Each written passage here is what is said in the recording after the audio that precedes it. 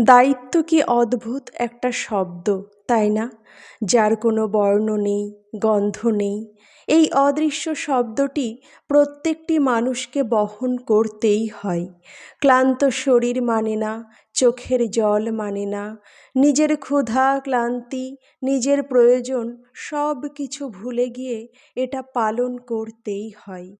কেউ বৃদ্ধ বাবা মায়ের মুখে তৃপ্তির হাসি ফোটানোর জন্য নিজের স্বপ্ন বন্ধক রাখে। কেউ তার স্ত্রীর জন্য সুন্দর কিছু সময় উপহার দেওয়ার জন্য দিনরাত পরিশ্রম করে। ভালোবাসার মানুষের চোখে আনন্দ দেখার জন্য নিজের চাওয়া পাওয়াকে দূরে সরিয়ে রাখে।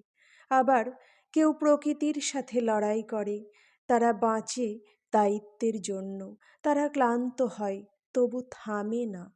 শেষ পর্যন্ত মানুষকে তার ধন সম্পদ বড় করে না, বড় করে তার দায়িত্ববোধ।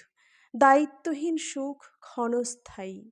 আর পৃথিবীর সবচেয়ে সুন্দর মানুষগুলো হয়তো তারাই, যারা প্রতিদিন নিঃশব্দে বলে, আমি থামব না, কারণ আমার দায়িত্ব আছে।